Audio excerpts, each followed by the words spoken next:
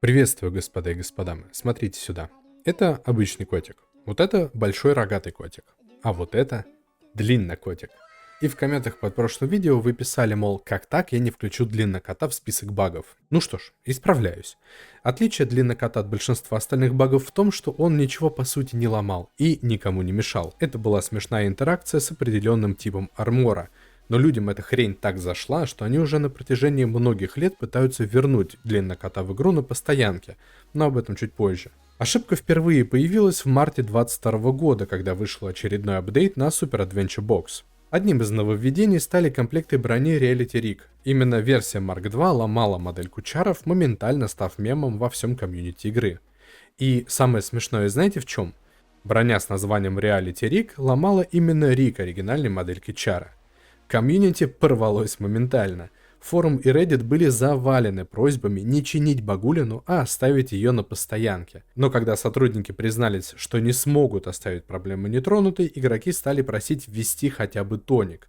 И тоник действительно сделали, правда он доступен только на 1 апреля, но это уже что-то, не правда ли? Все-таки приятно осознавать, что иногда хорошие вещи остаются с нами надолго. А вот чего бы точно не хотелось видеть дольше, так это сидящих на потолке виндикаторов. Вы и так это все знаете, но небольшая справка для тех, кто здесь в первый раз, не повредит. Короче, у Ревенанта в End of Dragons появилась специализация Vindicator. Ее ключевая фишка — прыжок вместо доджа, который является обязательной частью ротации и добавляет кучу ДПС. Так вот, в некоторых фракталах класс становится полностью неиграбельным, как раз из-за своей core-фичи. Проблемы начались в Secrets of the Obscure, когда в игру добавили Луни Тавер и Эпарха. В комнате с близнецами разработчики, видимо, забыли, что у них есть класс, который прыгает, и в итоге потолок комнаты был настолько низким, что Виндикатор буквально бился об него башкой и получал анимацию падения. На ровном, сука, месте. Это не только руинило ротацию, это еще и ломало ДПС в нулину, потому что персонаж на несколько секунд терял вообще любую возможность что-либо делать. Само собой, что трейты, завязанные на додж, тоже не активировались. А теперь представьте, что вы игрок, который на автомате прожимает кнопки буквально на мышечной памяти. И каждый раз, нажимая Dodge Roll, вы на несколько секунд выключаете себя из игры, и даже зная, что этого делать нельзя, потому что импульсы к пальцам быстрее, сука, чем мысли. В итоге Виндикатором либо вообще не играли, либо свитчили специализацию конкретно под этих боссов, что, сами понимаете, неудобно и бесяво. Смешно еще и то, что баг до сих пор остался в игре, и я легко смог его воспроизвести.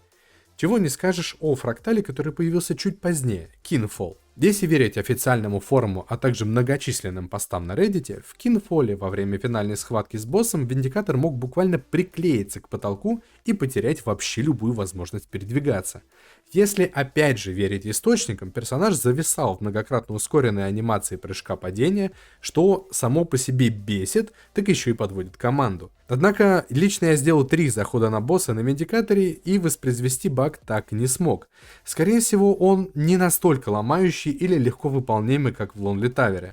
И тем не менее, патчнотов об исправлении мне тоже найти не удалось. Так что если вы становились свидетелем этой багулины, отпишите, пожалуйста, в комментариях. Вообще, довольно обидно, знаете, когда ты не можешь бить босса из-за бага, из-за того, что ты буквально выключен из игрового процесса. Но еще обиднее, когда из-за бага ты бить босса можешь.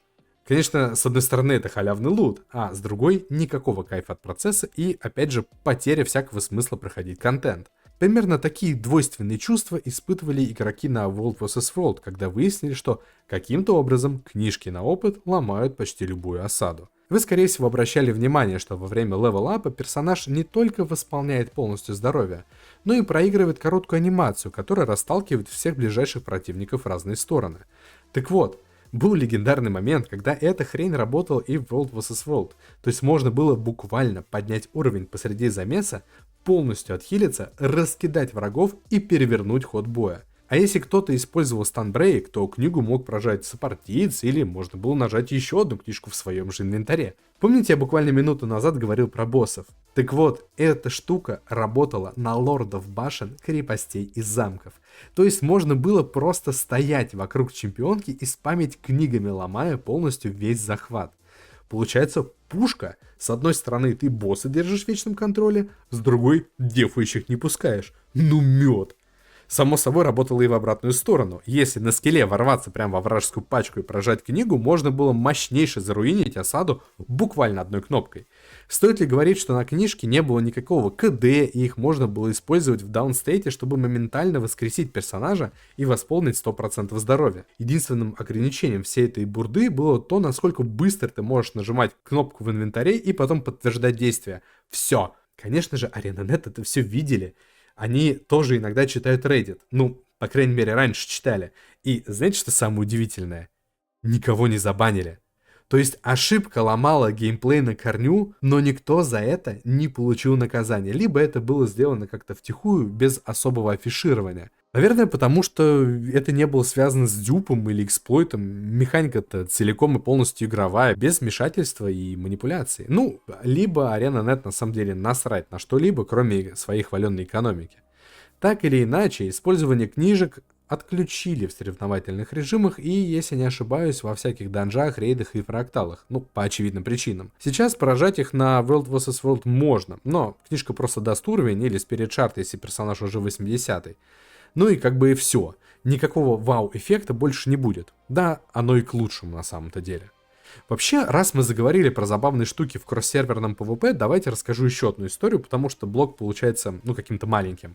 И это будет история о самой большой любви и дружбе, которая, к сожалению, уже навсегда покинула Guild Wars 2.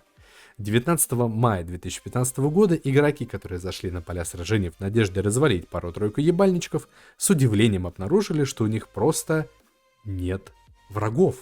Все чуваки из противоположных серверов бегали себе зелененькой полоской хп и даже не пытались кого-то атаковать. Уже в течение пары часов игроки с 3 серверов, это Gunnars, Holt, Riverside и Ilona Reach, собрались в Stone Mist Castle для проведения уникального ивента. В течение следующих нескольких минут они организовали торжественную процессию, которая прошлась по территории замка, постепенно привлекая все больше и больше участников. Разработчики знали о проблеме, но посоветовали игрокам наслаждаться спокойствием, пока это возможно, ведь в тот момент они уже в поте лица трудились над ее устранением. Вы знаете, я небольшой фанат PvP и прочего подобного фана. Мне всегда обидно, когда я просто иду по своим делам на каком-нибудь батлграунде, а меня из-за угла гопает команда из 15-20 человек. Но что еще обиднее, так это когда ты пытаешься от них убежать, прыгаешь с утеса и осознаешь, что ты на вражеской территории, и глайдер у тебя не раскроется. Вейпоинт далеко, вокруг замес, и бежать до точки, куда тебе было нужно, уже вообще не хочется. Но это все же World vs. World, там дизайн локации устроен так, что каждый утес может стать роковым. Но можно ли разбиться при прыжке с придорожного булыжника? Ну, вы какой-то еще другой ответ ждете? Да, конечно, иначе не было бы этого видоса. Кто помнит трейты на снижение урона от падения? А такие были, и, честно говоря, их нередко включали в сборку. Дело в том, что на движке игры есть некоторые трудности с просчетом физики падения. Иногда система не может нормально зарегистрировать местоположение персонажа по 3 осям. А если еще с пингом проблема, то может начаться настоящая клоун-фиеста.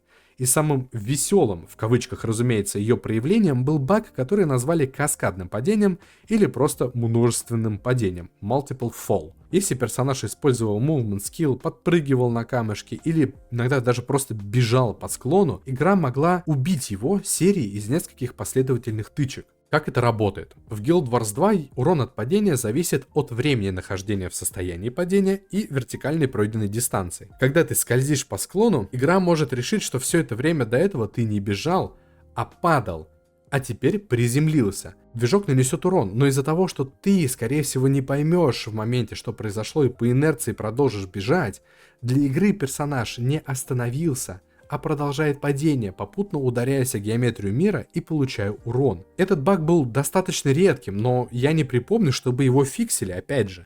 То есть технически его все еще можно словить и врезать дубца.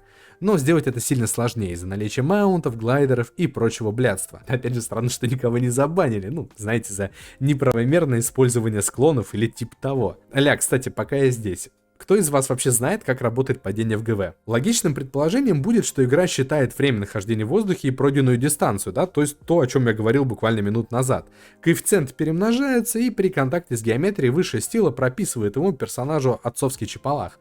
Это действительно так, но лишь отчасти. На самом деле, с обратной стороны мироздания, под каждым персонажем находится навсегда приклеенный к нему чел с дубинкой, который получает данные формулы, описанные выше, и при контакте с твердой поверхностью буквально хуячит твоему чару по башке.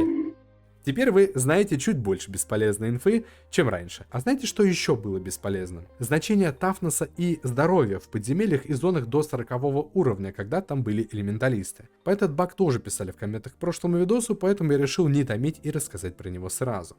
Как вы поняли, в игре есть элементалисты. Ну, мало ли, вдруг вы не в курсе. Сейчас элитным скиллом обычно берут привязанные к специализации обилки, потому что они зачастую самые сильные.